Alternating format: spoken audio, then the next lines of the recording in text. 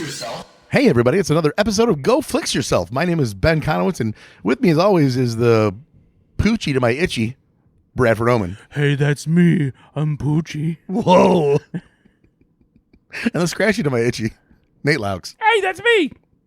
It's pretty close. No, not bad. Not bad. Good, it's good, yeah. As far as the Nate Loucks impression What do you wheel goes, Wasn't the worst. not the bad. Not the best, not the What do worst. you think is my worst impression? All of them. Oh, yeah, they're pretty much. Yeah, that's what I figured. You're in the running for a lot I know. of them. That's what I was gonna say. That's a really hard question. Yeah, I can't really answer that. I need time to go and think back through, but it's been pretty hard. Your Mickey Mouse is horrible. Hi guys.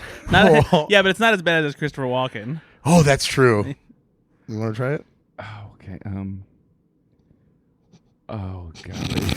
Okay, that's All right, not there we bad. Jesus. By the end of the podcast, I'll have it. It's not worth it. Yeah, we're all that build up for nothing.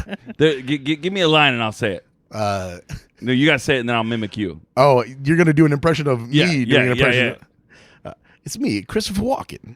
What was that? Christopher Walken. No, what are you doing? We're walking. See? Oh.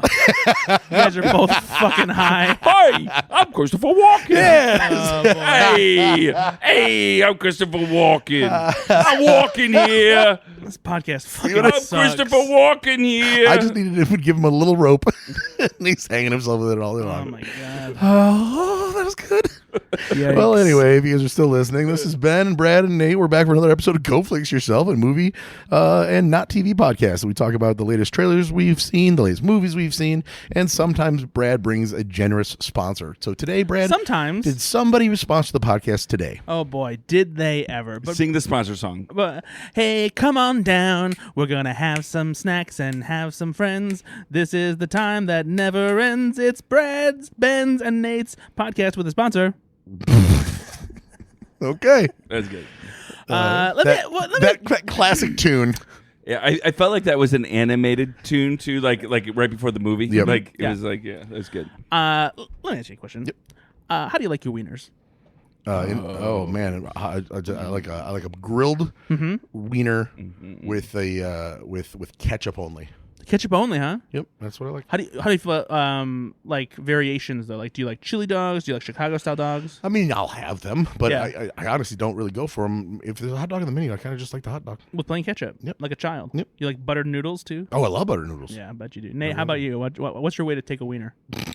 I could take a wiener in many different ways, but like I just like it like when the wiener fits the bun. Okay. It just needs to be proportional for Nate. Yeah. So you Taste want- doesn't really matter. You want to be the exact same size as the bun? Yeah. So you need a bun length Frank. So you don't like it when it sticks out the side a little bit. No, I don't think anybody does. I don't No, think either the I bun do. likes I would it or the, no. the I hot would. dog. I would actually prefer it if there was more. If I had to choose, Yeah. too much wiener, too much bun. I'd go too much bun. No, oh, God, Oh, really? no. I would because Oh, I no, don't fuck like no. just biting into a hot dog with nothing. Oh, You know? the hot dog is literally the meat of the meal. I know, but you- thanks for the explanation. I know, but No, but that's what I mean though. That's what I want. If I want bread, I'll just have bread. Well, no. Here's the thing, though. If you have a sandwich and you say, okay, I've got a salami and pastrami and bologna sandwich, whatever, and the meat is just hanging out the. Who the fuck made that sandwich? If all the meat seems is like just something he hanging needs out to do. of the bread, and you just take a big bite of meat, like I wouldn't like Just a that. big The beat of bread is you like part that of it. salami. Don't get me wrong. I would like the bread to be part of it. Exactly. But I don't need more bun. No, I'm saying like I dislike the extra meat hanging over, and so much so that I would actually prefer if it was too much Yeah. bun. He's gonna prefer a little bit more bun than a little more meat. Exactly. No thanks. I don't want to bite into it. I'm a big fan of getting as much meat in my mouth as possible. We I know. know, we know. You've never turned away any meat. No, I've definitely turned away some meat. Sometimes the meat comes out and it's not cooked right or it just smells funny. I don't need any smelly, funny meats. What are we doing right now? Okay, but here's the thing. You asked him if he likes chili dogs. I love a good chili cheese dog. Oh my god, chili cheese dogs are my I favorite. don't like Chicago dogs. I hate Chicago dogs. Thank you, Nate. You're right. Hey, let's have an idea. Why don't we just find the worst things and put them on a hot dog? That's, and thanks, also just- Chicago. just That's add a bunch sacrilege of to a lot of stuff. people, though. A lot of people Like, love the just Chicago dog. unnecessary stuff. Why are you putting that on there? I hate it. And also, I don't need the fucking poppy seed bun. I don't need these little fucking black dots dropping around all of us when I'm trying to eat a wiener. Like 2 days later, you're like, oh, oh, I great! I brushed my got fucking teeth. poppy seeds in my pocket. Awesome. Thanks a lot. Poppy seeds in my pocket. How do you eat? Sloppily. Clearly. All right, guys. Well, let's It'd be funny if he just pulls out a hot dog. Just That's completely too long for the bun. a wet hot dog with no but package. he doesn't say anything. He just starts eating it. Go ahead and have some of these chips, guys. All right. Those aren't just for you, Nate. Well, you threw them right at him You gotta share them. in your little Ziploc bag. Good. Is this how they came from the store, Brad? In those Ziploc bags like this? Well, that's how that came from the My goodness. truck stop that I got them from. The guy in the bathroom. All right. First comment. I do like the chip. The chip itself is a good chip. Oh, that's interesting. Is this supposed to be a hot dog? Yeah, it's definitely got. It tastes. What do you think? It's a ballpark Frank. It tastes like it's been marinated in leftover hot dog water. That's exactly what it tastes like. You're right, Nate. These are hot dog water chips. No, Sponsored by Limp Biscuit. but no, you guys are close. As you probably would have anticipated, these are pigs in a blanket flavored potato chips. So you can definitely taste the hot dog. The hot dog flavor is there. Yeah, It's not bad. I wasn't expecting it to be that great because usually when I've had hot dog chips before, they have them at 7-Eleven. There's too much of a mustard flavor because everyone apparently loves mustard on hot dogs, and I fucking hate mustard.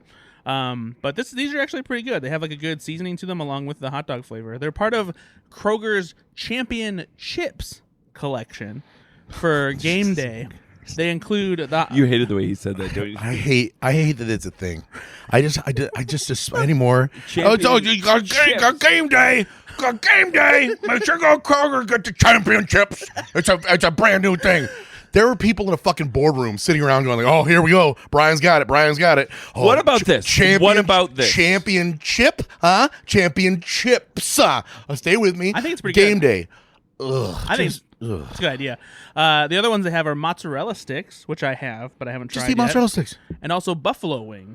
Just eat buffalo I don't wings. like buffalo. You sauce. brought buffalo wing chips like a month ago or something like that. You dipshit. Well, yeah, because that's the thing we do in the show. But just, like in general, just if I want the thing, I'll have the thing. You know this. You can, but sometimes you want a chip and you don't want the chicken. What's the last movie you saw? Do you like these or not? They really do taste like they've been soaked in hot dog water. Yeah, they're But not they taste terrible. They're not good though. I terrible. think Yeah, they're not terrible. soggy at least. Mm-hmm. That's a good indicator. I think of a good chip is as long as it's not soggy. That's the only indicator You don't that want Brad needs. a wet soggy chip. Oh. What did you see? What did you see? Well, let me tell you guys. Friends. I saw Friends. I've been watching Friends a lot. No, I went to go see Spinal Tap 2. That's funny. Actually, the movie one of the movies I watched, Friends, is heavily referenced. Okay. I watched, I thought he was going to mention Spinal Tap 2. yeah, and then it's Funny enough, Ross I- Geller is in one of the films that I saw, and I wanted I'm to know- sorry. I'm sorry. I tried to bring a little bit of connection to the podcast. Spinal Tap 2, The End Continues, is a movie that I saw. I went to the early fan screening on IMAX where they had a live-streamed Q&A afterwards, which was a lot of fun. They had Christopher Guest, Michael McKean, and Harry Shearer in character as the band Spinal Tap, and Rob Reiner in character as Marty DeBurgi, talking to them about the movie and stuff, which was a lot of fun. And the movie itself is hilarious. It doesn't have quite as authentic or as strong of an emotional core as the first one, because the first one, like, they make you feel like it's a real band. Like the dynamic between Michael McKean and Christopher Guest characters, like they're like these, brothers who are having a little bit of a rift, and the infighting in the band and stuff. And they try and do something similar here. It's just a different thing from their past and like whatnot. It just doesn't feel as strong. You can't connect to it as well, but it's still very, very funny. Paul McCartney is really funny in it. Elton John is great in it. There's some other funny cameos, but they don't overdo it. Like, they're not trying to just bring in a cavalcade of famous musicians. Those are like literally it, except for a couple that I won't spoil because it's just funny to see them pop up in a very quick but pivotal part. But everyone's great in it. There is a sweetness to this movie that the first one didn't have in a different way, because they're older, and it's just watching them like jam together, because they do actually play their instruments. Yeah. And they do actually sing, and it's just cool seeing them in the studio, seeing the dynamic together again and how they play off each other. There's some really fun bits, and it's a lot of fun. I really enjoyed it. What is it? What's the saying? Every comedian wants to be a musician. Every musician wants to be a comedian, or is it rock star and Something like movie that. star? Yeah. rock star, movie star. Yeah. Yeah. And they get to be both, which is pretty cool. Yeah, they're awesome. they're really good together, and it's a lot of fun. I liked it. Did you see anything else? So I watched Train to Busan. Have you guys? Oh, I had never seen it before. I've heard of this, but Is it any good? It's fantastic. It's a zombie movie. It's from Korea, and it's set on a train to Busan.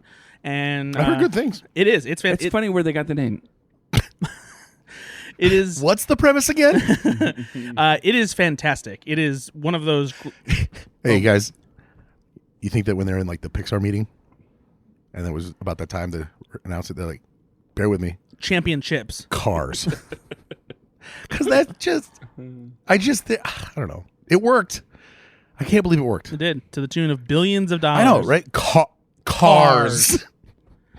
But no, it's fantastic. It's one of those great zombie movies. It's got great characters. You come to care about them. It has a really, unlike maybe Spinal Tap 2, it has a really strong emotional core. Like, it's the kind of movie where it's not just about the zombies and the eating and the suspense, but like there's a substantial good story for the characters in the middle of it, and the sequences themselves there's some really innovative stuff in here that you haven't seen in any other zombie movies.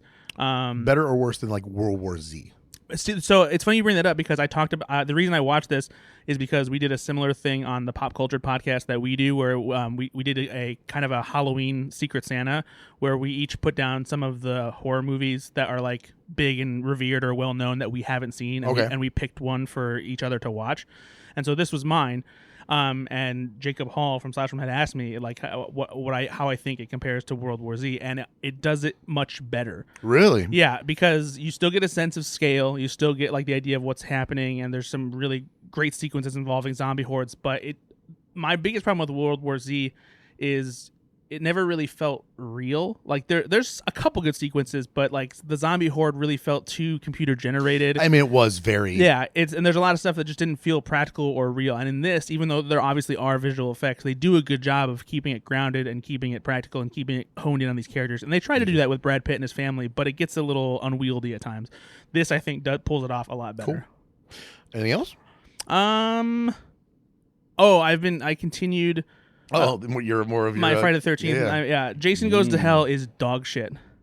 Is that's the one that starts with him getting killed by the SWAT team, and then the spirit of Jason keeps getting transferred to different people. So you barely get any Jason, first of all. But have you seen...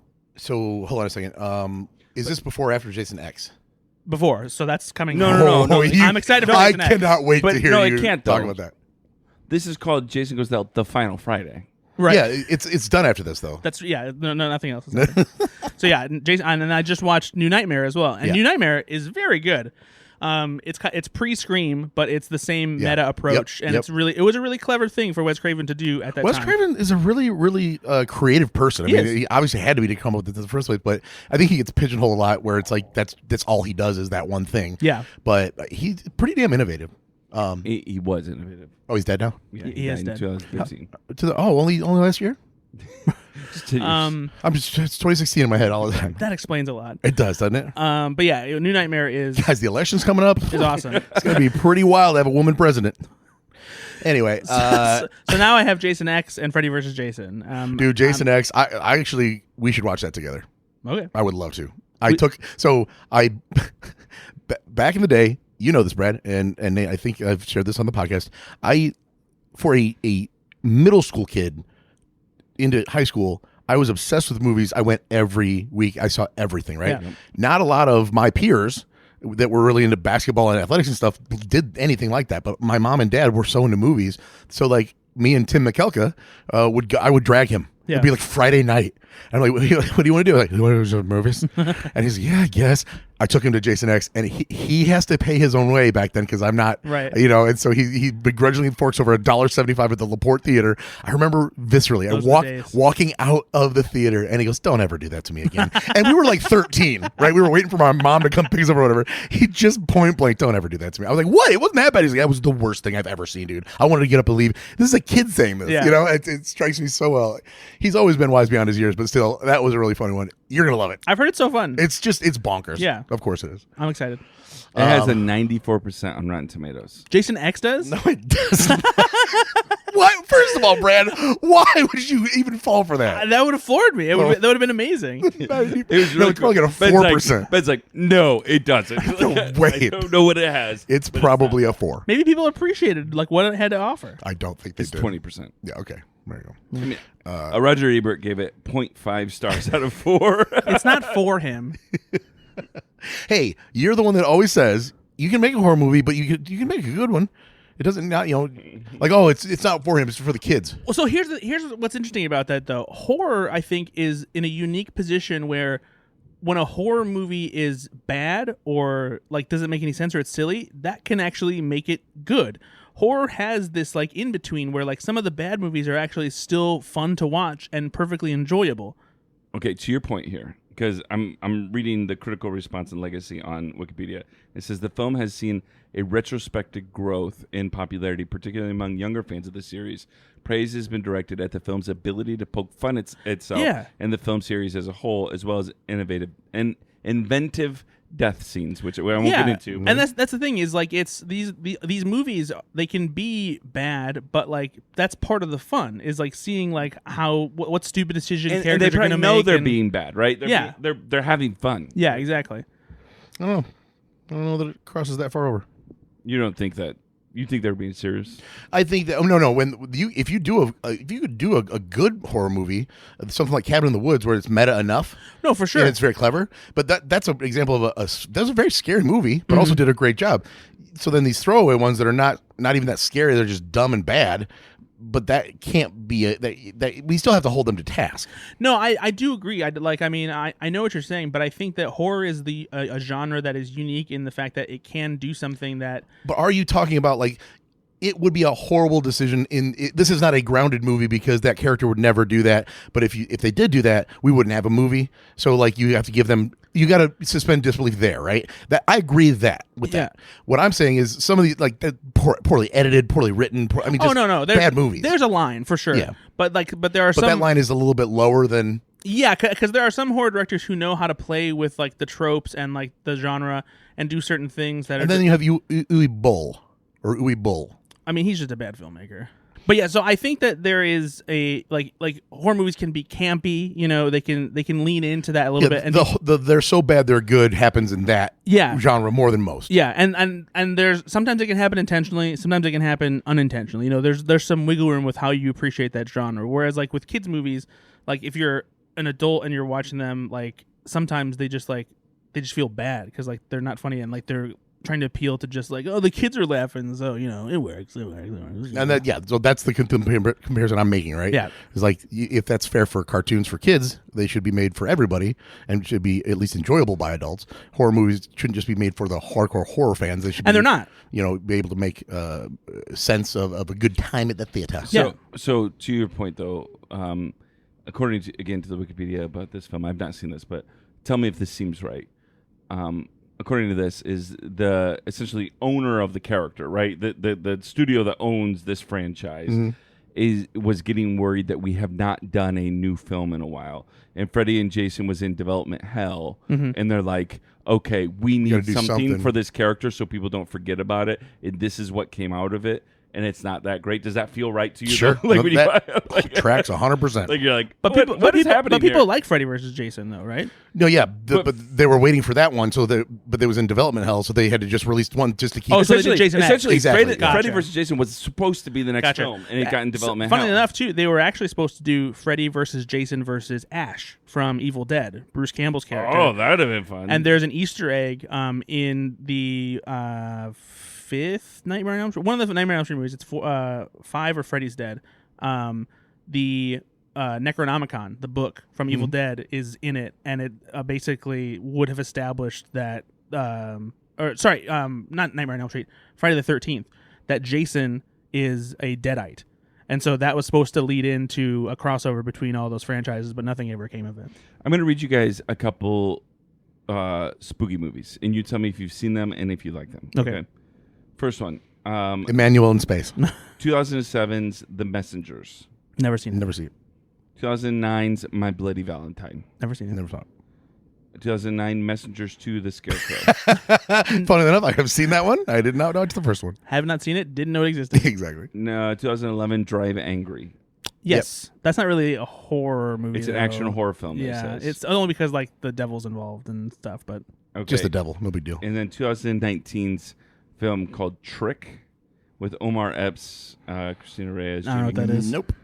Okay, these were all written by the same writer of this film, Todd Farmer. Of Jason X. Yes. You're in for a treat then, buddy. And he's also an actor in the film. Mm-hmm. And when they could not come up with, like, what are we going to do to keep this? I mean, Freddy vs. Jason is not working, and we're having a hard time with it. He's literally like, I got an idea. Hold on. He's like, what about Friday the 13th? In Alien. space. Yeah. Exactly. And he's like, literally, alien. Like, It's so bonkers. That movie is so bonkers. so. I'm excited for you. I am too. What did you see? I watched the ones with the Friends reference that I was referring to earlier. Clever. Which is? See, Mm-hmm. thanks. See, I know TV a little bit. Did you do that on accident? No. Okay. No. But I'm stalling a bit because I'm forgetting the name of the movie. Boy. Who's in it? Who's in it? I'll help you. It's the Netflix movie that you see it playing in the trailer all the time, where the oil tanker is coming towards the family on the beach with Ethan Hawke. Leave the world behind. Yes. So Ashley had read the book and had been telling me, like, anytime you want to watch that movie, I want to watch it too. So we actually had, the boys were at Nana's or whatever, and we popped it on and watched it. And I liked it a lot. I've heard it's Julia good. Roberts is in this, right? Yeah. Mahershala Ali is in it. I don't know who plays his daughter. She was the only one I didn't recognize. Mahala. But yeah, no, She only goes by Mahala, by the way. I'm not being weird. You're always weird. Yeah. It was good. It ends. What a weird insult to throw at Nate's way. You're always weird. I'm like, You're weird? You're always weird. It's his name though, like her name, like it's. But whatever. Quit being weird. What's weird about identifying? I don't someone by know. their name? I'm just trying to get through this. Anyway, it was good. It wasn't great. It was good. It was solid. Okay. Yeah. All right. Performances are the key. Mahershala Ali and Julia Roberts are, when they're one-on-one, Mm-hmm. you can tell that those are two very good actors. It was Yeah. very, very cool. I watched that, and then we watched. Do you know Julia Roberts? I've heard was in of her. Pretty Woman. Her birth and stuff was Okay. paid for by Martin Luther King Jr. What? Yeah. Basically, like this, it's like I only recently learned of this, but like something because of her like family couldn't afford anything stuff at the time. The hospital that she was born in, something like that. But Martin Luther King Jr. was the one who paid for like the medical care that she received. I'll read this to you, Yeah. okay? Julia Roberts' parents, one-time actors and playwrights, met while performing in theatrical productions for the United States Armed Forces. They later co-founded the Atlanta Actors and Writers Workshop off Juniper Street in Midtown Atlanta. They ran a children's acting school in Decatur, Georgia, while they were expecting Julia. The children of Coretta and Martin Luther King Jr. attended the school. Walter Roberts served as acting coach for their daughter, Yolanda. In gratitude for his service running the only racially integrated theater troupe in the region, and due to the Roberts' financial difficulties, Coretta King paid the Roberts hospital bill when Julia was born. There you go. Yeah. Okay. It's pretty cool. Wow. I did not know that. I did not know that. What else did you watch? Anything? I watched My Assignment. Oh, I watched My Assignment too. Oh. I'll talk about it after yours. What was your assignment? My assignment was Dolores Claiborne, A story by who? Mr. Stephen King. Mm-hmm. And the second movie of Stephen King's to feature Kathy Bates in What's it about? 2 years. Dolores Claiborne. First of all, I love this movie. Did you like it? Out and out loved it. Nice. Loved it. Kathy Bates. She's a magnet. You can't not watch her when she's on screen. Exactly. Like, she's wonderful. Like, she's fucking dialed in. Like, it's awesome. Everybody in this movie was just performing their asses off, acting their asses off. I was so engrossed in it. To give our listeners, if you've not seen this film, to give you a kind of a rundown of some of the cast in this, you got Kathy Bates, Jennifer Jason Leigh, Christopher Plummer, John C. Reilly. It is Bob Gunton. It's like an actor's film of people that aren't like A-list actors, but are just freaking actors, Yeah. right? Christopher Plummer and Kathy Bates, when they share scenes together, those are two very good actors. Again, like this, I feel like I'm obviously repeating myself here, but you see what the hell's going on. It like, oh, that's what it's like to be an actor. Like they're fucking awesome. But yeah, the story of Dolores Claiborne is Dolores Claiborne is taking care of a very rich woman in an island off of the Maine coast, and she's been doing it her whole life. And at the very beginning of the movie, they show a struggle, and the woman dies. And the whole movie is her not necessarily on trial, but being interviewed by the police and saying, you definitely did. We know you killed her, blah, blah, blah. And the daughter works for a newspaper in New York, and they're estranged. She hasn't been home in 15 years. She comes home, and the dynamic between mother and daughter, the dynamic between old-ass detective that has been on this island for 30 years and Kathy Bates' character, Dolores Claiborne, has been on for 30 years. They have a real history together. It's not great. So just over and over again, you just see, this is headbutting. Everybody's butting heads in this movie the whole way through, and that's why I didn't mind it. It's like 2 hours and 12 minutes long. It's a pretty long movie, but there was only once or twice I was like, okay, now I see. Like, if they did this in 2025, that would have been gone. Right. They definitely would have truncated a little bit, but by and large, I was very, very engaged with the movie the whole time. I saw this just a couple years ago for the first time, but it is a fairly long movie. It's not long, but 2 hours, right? And it's also not. But it does move, doesn't it? There's got a good pace to it, but it's just a straight drama, right? So the movies that are long, it's not spooky. No, God, no. No, yeah, and that's the thing for a Stephen King, based on a story by Stephen King, you're thinking it's going to be like that, but this is more like Shawshank than it is like. So it's not like a thing where like there's like tension or like suspense or anything like that. Just it's a whodunit basically, kind of thing. That's how it feels a little bit. Yeah, because I thought it was more like a thriller, not like a horror movie. But nope, it's a drama. It is a straight up drama, and the psychological elements of it, so psychological thriller, sure. Okay. But definitely about a lot of trauma processing as well. Gotcha.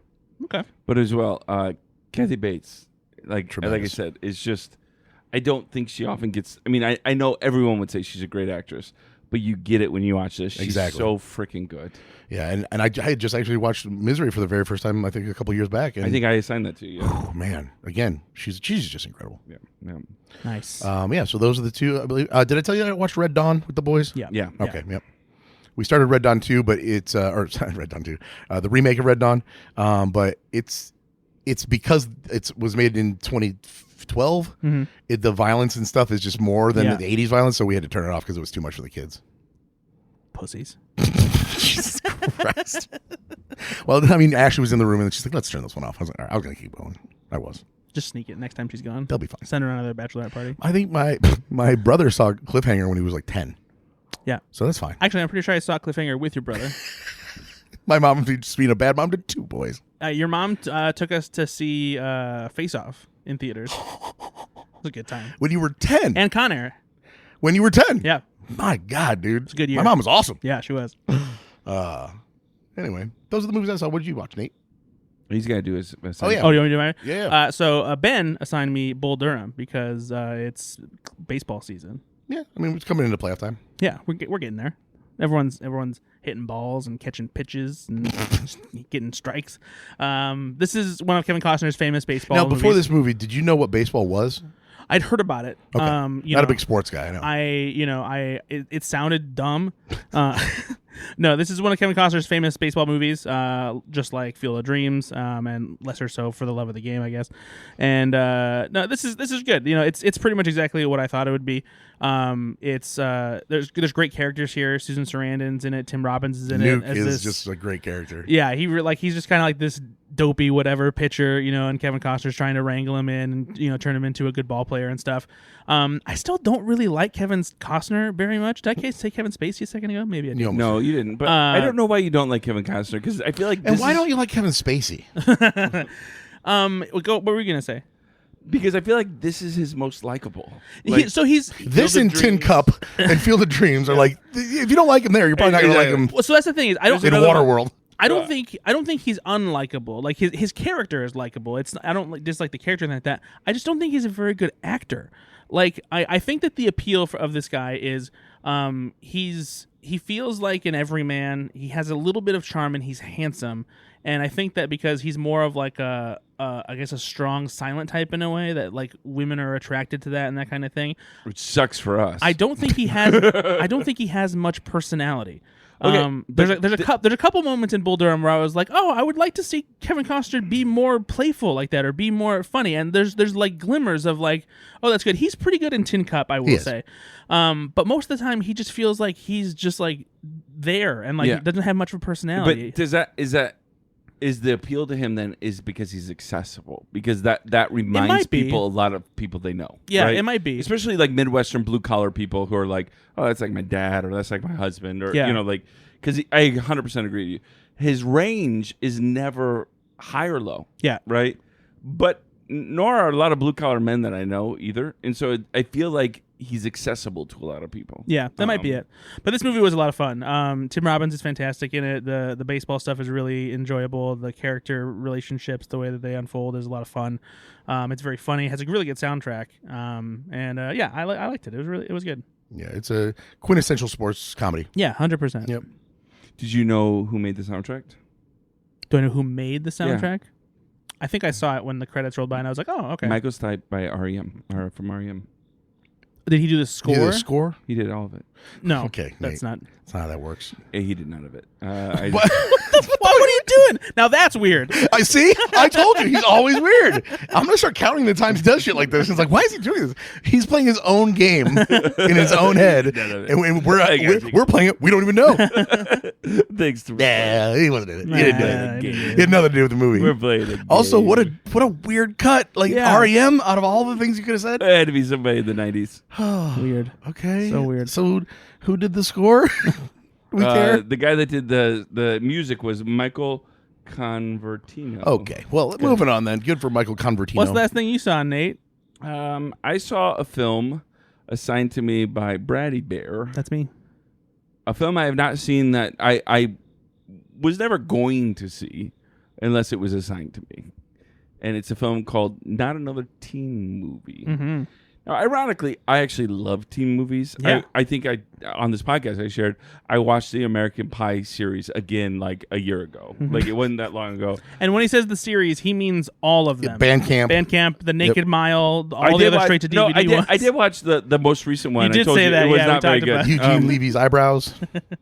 But this is just a parody and a little bit of an homage to all the teen films that you have seen over the years, right? Yeah. And there is a pigeonholed character for every one of those characters, right? And let's be honest, it is a little bit fun to parody and to actually point out the kind of idiosyncrasies of all these teen movies that have this, the younger brothers that want to have sex and like, the jock that is likable but also has a heart, and behind every nerdy girl is a ponytail release and glasses come off and it's like, whoa, Claudia Schiffer. Yep. But I will. That was your pull, huh, Claudia Schiffer? I was thinking 90s. Like just like Nate. It's all here are the stereotypes, right? You got the pretty ugly girl in this film, right? Which is like played by like Rachel Lee Cook in She's All That. This is played by Kyler Lee, who actually is a very good Rachel Lee Cook, right? Like I was like, oh yeah, she kind of does look like her. She's like a Meyer brand version, right? What's fun about this is the popular jock is his first film. A new actor to the screen here is a guy named Chris Evans. Yep. And Chris Evans in a whipped cream bikini. I mean, you can't go wrong. Yep. I think it's really interesting because Chris Evans is, I think, a pretty good actor, right? I don't know if he's a great actor, but he's a pretty good actor. What he has done has been great, though. Like, I love him as Captain America. Yeah. Like, I'm not saying he's, he's not a Joe Pesci maybe type of actor that, could, win all the awards. Joe Pesci. Yeah, I don't know why I went the with Joe epitome Pesci. Of great actors who have won all the awards. Hey, has Joe Pesci won an award? I honestly don't know, but either way, I'm not sure Joe Pesci is the first actor that I think of when I think of acclaimed actor. He was thinking 90s. I was. There you go. I'm kind of. Come on, we're stuck in the 90s. But I kind of do want to know now if Joe I am Pesci curious. Did he get nominated for My Cousin Vinny? I would bet he got a supporting actor, not he for has something been like nominated Casino. for 3 Academy Awards and Hold on, let's say Goodfellas, Casino, and My Cousin Vinny. One of them is right. Oh, Let me say this: he won for Goodfellas. okay. He was nominated for 2 other films. You want me to give them to you? You want to guess one more? Eight heads in a duffel bag. You know, you got Oscar. I don't know. He was nominated for Raging Bull Oh, duh. Yeah, of course. and The Irishman.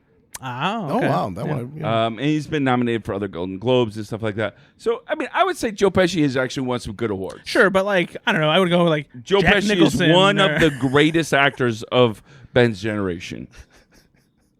You know what? You can have it.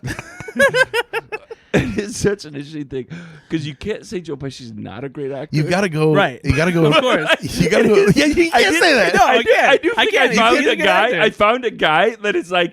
I don't feel weird. I do feel weird saying he's a great actor, but you can't really say he's not a great No, actor. I've never called him bad actor by any means. He's very one note. Yeah. But that note's really good. It's like your favorite note, but that's all it is that one note. I'm just not sure that Chris Evans is the Joe Pesci of. Who's a better actor, Chris Evans or Joe Pesci? Such a weird comparison. I mean, Isn't Joe Pesci playing a version of himself? yeah, No, I, you don't know Joe I think- Pesci. Actually, Joe Pesci. Okay, no, here, hold on. Okay, I can scratch this. Yeah, actually, I think you'll understand that Joe Pesci is very much playing himself. So there was an interview going around with, and who did I tell you it was Charlie Day, Yeah. who was on location on his own, and he went to the golf course, and he goes, Joe Pesci walks up, he's in a full duster and a fedora, smoking a big cigar, and he's by himself, and and Joe Pesci asks me, "Do you mind when people watch? You swing?" And I'm like, no, I'm fine. I'll hit it. And thank God I hit a drive straight down the middle. And then Joe Pesci says, I guess that's why you don't mind people watching you. Like, that's it. That's the only interaction he's ever had with him. Right? This cocky Italian, old man. I guarantee you, the role of who he was in Casino, very similar to when Joe Pesci stubs his toe. Also, I'm pretty sure Macaulay Culkin has a story too about how Joe Pesci would talk to him on the set of Home Alone like he was an adult, basically. Yeah, I think I'm not going up to Hamptons with my mistress. What are you doing this weekend? Is that generation though? There's those kind of Brooklyn actors, right? Robert De Niro, all the same. I feel like Robert De Niro is every character he's played, right? But don't you think Robert De Niro is a great actor? Yeah, for sure. Who's the better actor, Joe Pesci or Robert De Niro. Okay, but he's still playing himself in every role he plays, right? I mean, he's not gonna do a British accent in a movie, right? It's Robert De Niro. And he's not gonna do anything other than a New York accent, really. Yeah. Or be a New Yorker, right? Like, Because you can't get away with that face. He looks like he's from 1940 as a mobster. That's who Robert De Niro looks like. But also, I would pay a lot of money to see Robert De Niro in Downton Abbey. can you imagine how frustrated he'd be, like just trying to get it right? You talking to I? You talking to I? You talking to I? Hey, where's the shop? I thought this was Downtown Abbey. Hey, so this Broad Abby's downtown. We got to go get her? What's going on? That's just also, gabagool. Just to show you guys, we have no idea what Downton Abbey is about. Nope, no clue. No clue. So Chris Evans, the Joe Pesci of his time. Yep. Also, I forgot how Jamie Presley at that point was such a hottie, Oh, yeah. right? Because this was right around the time My Name Is Earl, I think, was coming out. I think this might have been before My Name Is Earl. Okay, but it was kind of like right in that era where she has a little bit of Margot Robbie in there, honestly. A little bit, there's like a Meyer brand version of all of these are Meyer brand versions of other more successful actors. Yes. And Right? it's by design. Because exactly by design, but it is like they did such a good job of doing it. But so this is a film again. There's not a huge plot here. It's literally just borrowing plot lines straight up parody of other of, teen movies. Breakfast Club, Ferris Bueller, American Pie, 10 Things I Hate About You, Varsity Blues, She's All That, 16 Candles. I mean, from the 80s to the 90s teen comedies, right? Yeah. And but it was fun. It was funny. As somebody that does love teen comedies, it got me to laugh more than a couple times. I knew you would like it a lot. I think this movie is hilarious. There are certain aspects of it that are, of its time. Shall we say? Certainly. But it's really, really. Because of the boobs. Because there's boobs in it. No, that's not it. Oh, because of the gay slurs. Yeah, but no, this movie is really funny, I think. I even love at the end where, this was a thing I think in a lot of teen movies in the like mid to late 90s where at the end they'd end with like a scene or something where everything has been resolved. And there maybe be like a band playing, and this one they have Good Charlotte, and so I started listening to Good Charlotte again. I'm like, this is good Randy stuff. Quaid's really funny in this movie too, actually. Yeah, but you're like a big Randy Quaid defender. Well, Yeah, well, you've been defending him a lot lately. Well, if you listen to him, you'll understand that he understands how the world works. But no, he's just perpetually drunk, and he's the the deadbeat dad. He's playing himself from Independence but in the Day. future. Yeah. Yeah. There's the one line where it's like because he just talks in such a sweet voice, and he calls his daughter Pumpkin Tits, and then he's like, "Oh, honey, I'll probably be so drunk I won't even know where the garage is," or something like that. He plays it well. It goes back to say though that as we talked about when we talked about Naked Gun, the remake of Naked Gun, that parody movies are hard though. Yeah. Because you could just make them vulgar. You could make them, where they don't actually parody; they just mimic. Yeah. So that's the problem with those ones that are like superhero movie and epic movie, because all those are smash cuts. Those are YouTube videos that they're just strung together plots that doesn't do anything. This movie took elements of all those, but still had a story. It had a story arc. It was when they did have to follow up with what happened in the first act, whereas those other ones they don't even do that. They don't have to. Yeah. No, and to be fair, I mean the kind of three main characters, Kyler Lee, Chris Evans, and Jamie Presley, are legitimate actors too. So they can actually carry the film and actually act in a way that isn't that bad. Chris Evans is very funny in this movie, though. He is. You can see that he's got certain qualities about him that would make him just a funny actor later as well. For as much social anxiety as he has, I'm so surprised he's an actor.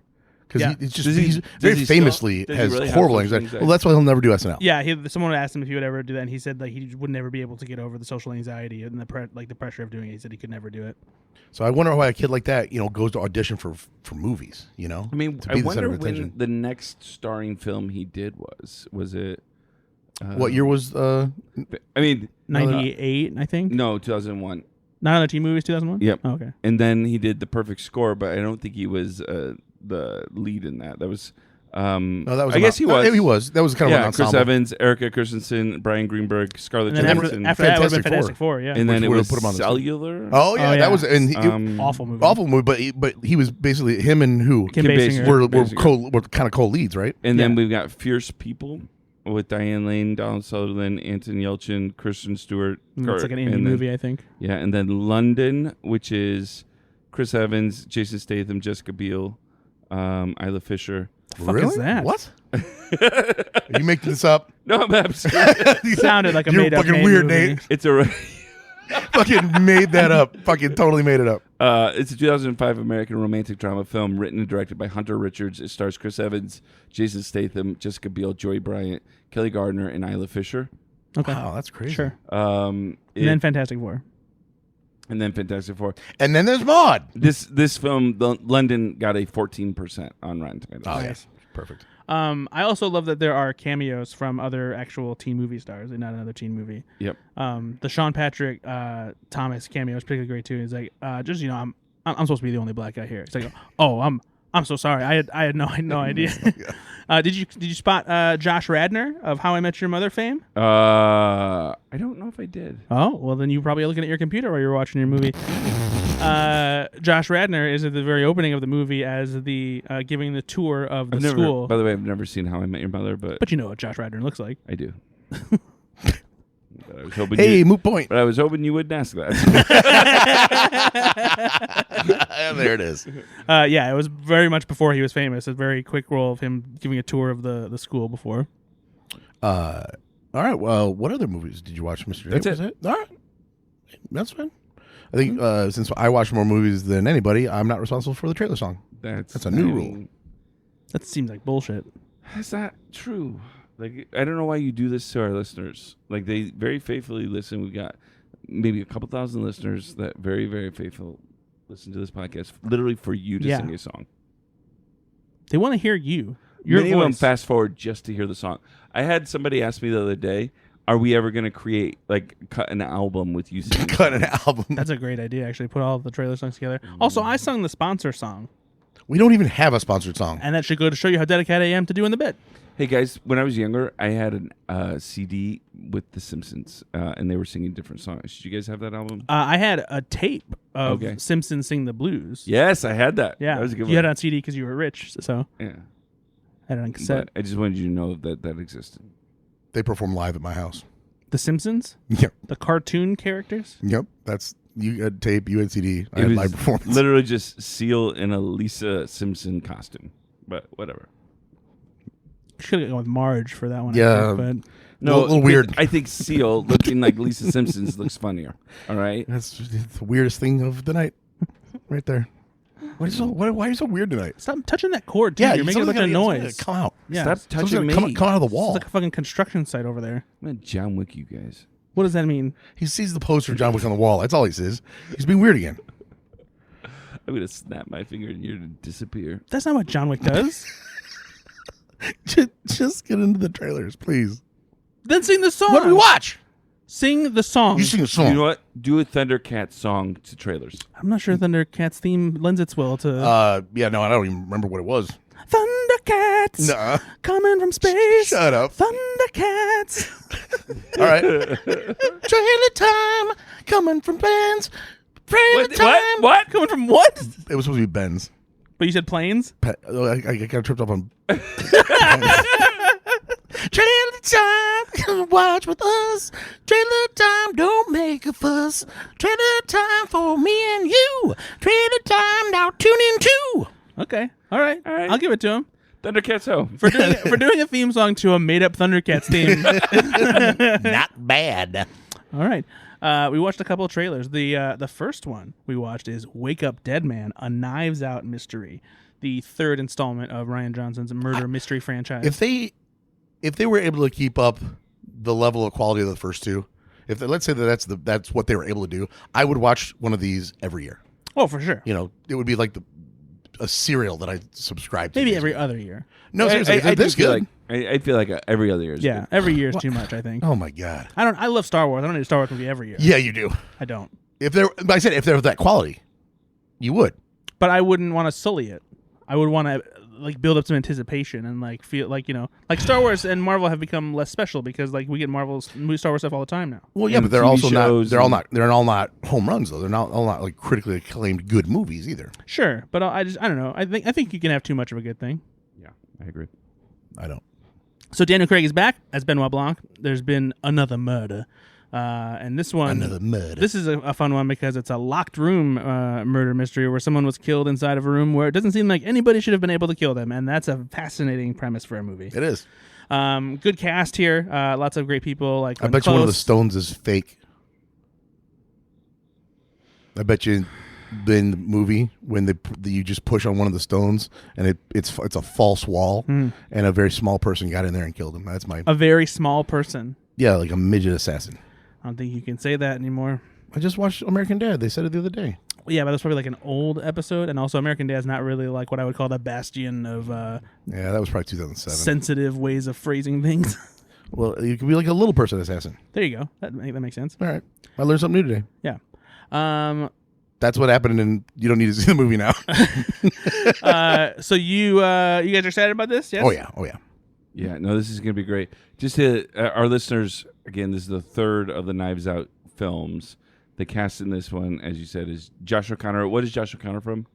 Challengers and West Side Story? Gladiator 2. Was he in West Side and- Story or no? Is he in West Side Story? Spielberg's West Side Story? I don't know, but we I can remember. say he is. I don't know if he is. I don't remember. No, probably not. Okay. But I feel like he should have been. But he is in. I like when you guess, I think. Yeah. Not weird at all. I mean, I feel like he should have been. All right, so then we got Glenn Close, Josh Brolin, Mila Kunis, Jeremy Renner. Post-accident Jeremy Renner, you think? This was the first movie he did after his snowplow accident. So, yeah. Kerry Washington, Andrew Scott, Kaylee Spaney, Daryl McCormick, and Thomas Hayden Church. That is a freaking cast. It is. Have you seen Alien Romulus yet, Ben? Yes. Okay. Great. Kaylee Spaney's from Alien Romulus. Oh, you see, I couldn't put two and two together there Yeah. for sure. Have you Watched seen enough movies. Have you seen sense. Peaky Blinders? No, I haven't. I've heard it's good though. Daryl McCormick's from Peaky Blinders. Oh, I was wondering why they were like, hey, Daryl McCormick. I was like, I don't know who the fuck that is. Come on over here and look through these blinds. Peek through them. Ah, The blinds. that's right. We're the Peaky Blinder boys. Yeah. Just looking for some good times. All right, here comes Joe Pesci. Hey, you mind if I watch you drive? Can I peek through your blinds? I'm a good actor. But not great. No, not Evan's great. So You say Heaven's Gate? No, Evans. What? I want to give you guys a little bit of data here, a little bit of fact. Okay. Please. I'm going to drop a fact on you. Yeah. Netflix paid $400 million for two Knives Out films. They sure did. Wait. Like this one and the next one? Yep. Yeah, $200 million per film. No, the second one and this one. Oh, okay. I was like all excited that we're going to get another one. We might, but I mean, they're going to have to renegotiate. Yeah, but they'd have right? to have a new deal. So these are $200 million movies. Yeah, that's what it but costs. wait. Guess how much Daniel Craig gets paid? $10 million. $20 million. $50 million a film. Damn! Holy shit! So the only because he doesn't want to do it probably. That's I don't want to do it money. No, he knows you can't do it without me. No, Right. he does like doing them. I mean, Yeah, but his agent probably fair also enough. knows you can't do it without him. Yeah. So pay him. So, but isn't that crazy? That's $100 big. million for 2 films. That's a big payday, but hey, good for him. Good for him. I don't think he's. he is gonna- James Bond. It's true, or it was. All right, so Still is in my heart. you're not going to see this film. Oh no, I'm definitely gonna see that. I'm gonna see it in theaters too. And if you don't see it in theaters, then you're not worth a damn. This is going It's to a Netflix movie. It's gonna be in theaters for a limited time before it hits Netflix. Okay. Will it though? Yes, 100% it is. Is it Why, though? why would you? Why would you not believe Brad on something like that? It just doesn't Challenge him on seem- stuff like has to do with like I don't know math. But this, But it's going to be in this is theaters like a week before it releases to. No, it's actually almost a full month. I think. No, Jesus Christ. it doesn't seem like that. My gut's telling me. Like it hits theaters in November, and I think it hits November theaters 26th in December, like and mid-December. then December 12th it hits Netflix. Sounds like it's almost a full month. But territory. no, it's like a week and a half, 2 weeks, but like 3 it's weeks. fine. Oh, boy. But why would we go to the theater if we can see it for free on Netflix? That's true. You know what? You should watch it on your phone while you're shitting. So I watched the first two. Talk about Knives Out. Well, you got to get that checked out, buddy. That shouldn't be how that feels. What do you mean? You don't have sharp poops? You have jaggedly cut your butthole as they come out poops. Yeah, when I shit, it's like a pile of tortilla chips coming out of my ass. I want Jesus to Christ. let you know, Ben, not Brad, but you, that in September, Johnson confirmed last year. Ryan Johnson confirmed his intention to make more films in the series, and Daniel Craig and Johnson separately said that they would continue making further films as long as they were Nice. both involved. Awesome. That's Yeah. good to hear. Don't Good tell news. Brad. Don't won't tell tell me. Brad. I don't want to hear about it. We also watched the trailer for a new movie, also a Netflix movie, called The Rip, with Matt Damon and Ben Affleck together playing cops. This just it looks like. Did they write this one too? I doubt it. I know. So like this is them just wanting to hang out. I mean, I'd be willing to bet that maybe Joe Carnahan wanted to do a movie with them or something like that, or Netflix was like, what movie can we make with Ben Affleck and Real Matt quick Damon? though, for our listeners that don't know, this is a take like on Jack the Ripper, and Oh boy, Oh boy. and we're just lying to people Yeah. now. Quit being weird. no, this is the Rip. No, No. It's not the Rip. what are you doing? Is it the Rip? The film is the Rip. Did you watch the trailer? I was busy. You know that. I do know that, and you told me that you watched it. No, I like kind of listened. Okay. Listen. I defended- You give me shit for not watching whole movies, and I get that. Yeah. But we were in the same room together, and we watched the trailer together, and you still didn't watch it. Of all episodes, the episode where I defended you of not being weird, and you go and do shit like this. You're just always weird. Listener, this is a film about Jack the Ripper. Fucking hell. That is coming straight to PBS. This is a crime thriller essentially, where Matt Damon and Ben Affleck play a group of cops who From where? Miami. not Boston. And basically their job is to track down, the big sums of money that go through drug cartels and stuff like that. And they find a score that's a lot bigger than what they were told, and it seems like that they might be tempted to take a bit of a kickback. And I think my favorite part of this trailer is Matt Damon saying, "You think I want to jack this rip?" Yeah, because riveting writing. I would pay to hear like more lines like that in movies like this because I just lean into it at this point. No, yeah, that's an awesome thing. But this looks cool. Like, I mean, it doesn't. No, yeah, so like it doesn't look amazing, but like No. it looks like a perfectly fun movie. Like Exactly. this, like a Den of Thieves. exactly. Or, So you're definitely gonna have some good action here. Yeah. You're not screenwriting is not really probably what you're interested in as far as dialogue. And I think having Damon and Affleck together elevates a It movie does. like It this. absolutely does.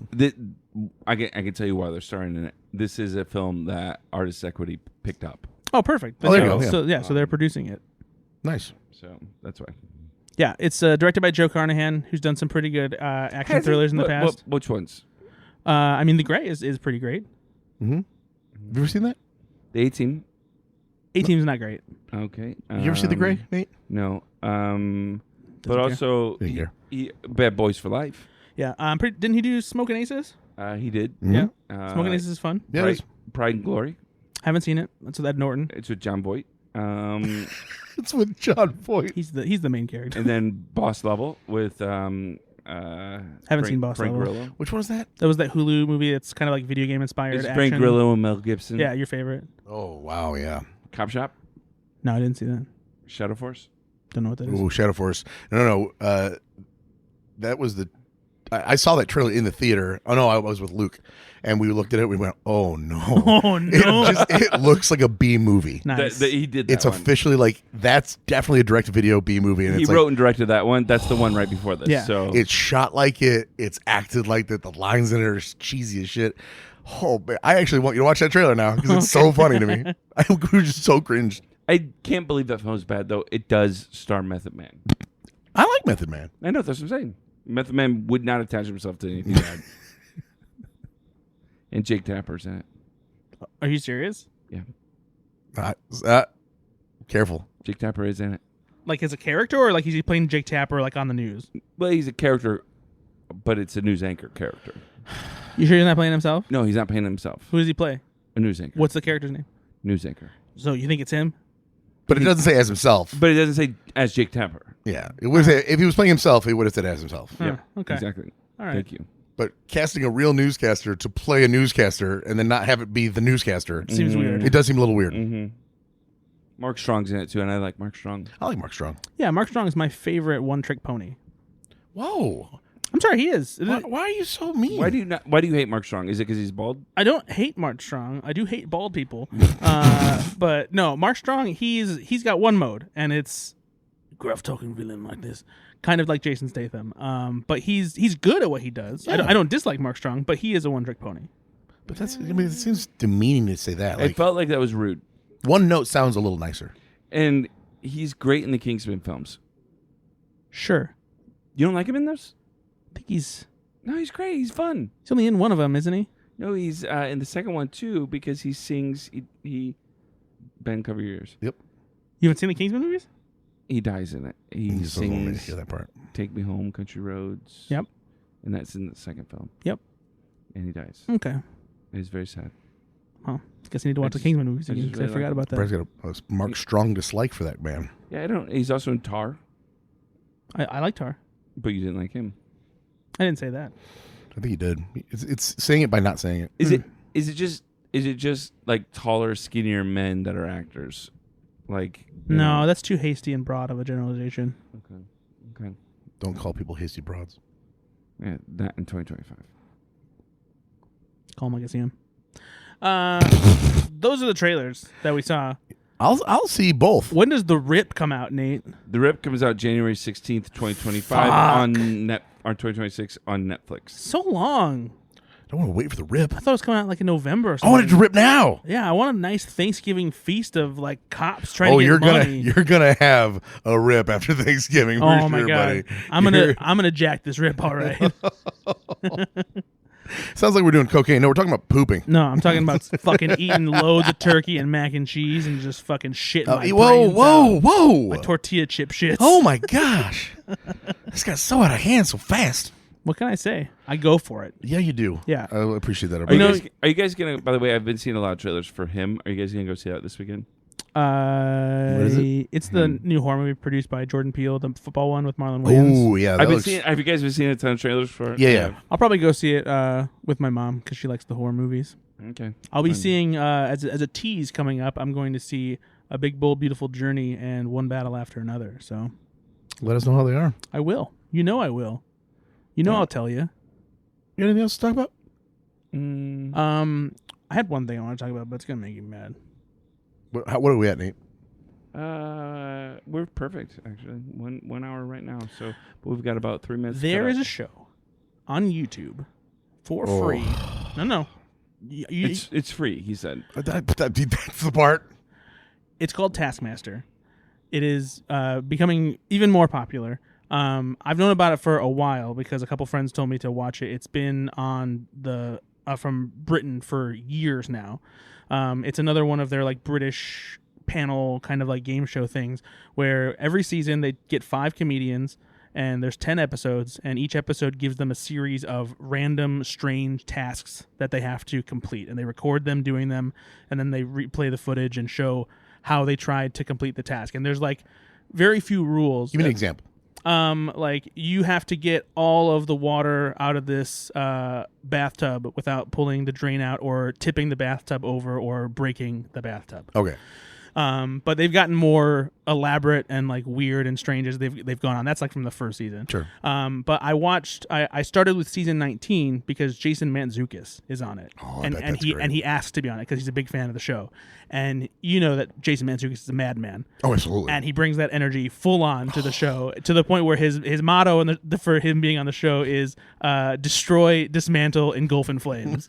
So he's always wrecking shit whenever he can without messing up the task. And so it's just a really funny show because just seeing the way that they try to do tasks. And it is comedians? Yeah. And they don't. But mostly British? Mostly British, yeah. I think Jason Mantzoukas is probably the first American one. But it's I'm going to watch Mantzoukas' one then. It's a good place to start. It'll give you a good lay of the land. What's it called again? Taskmaster. Taskmaster. And it's all they have their own YouTube channel. Every season, every episode is available on there, and it's free. But it's so funny because watching them try to figure out how to complete the task, see if they can figure out a clever way to do it, because there are very few rules. Everything is lined out in the task, and if they forget to say something you can't do or something like that, or you think of something outside of the box, you can do whatever you can to complete the task, and whether it's the fastest or who does the most, whatever.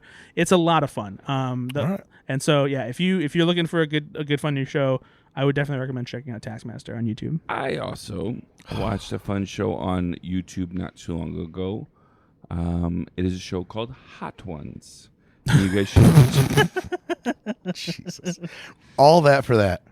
Are you happy with yourself with this episode? Uh-huh. Hey, why don't you say goodbye as Christopher Walken?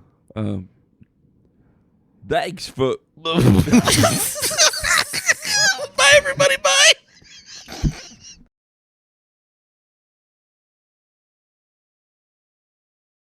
Nah, cheating, eh?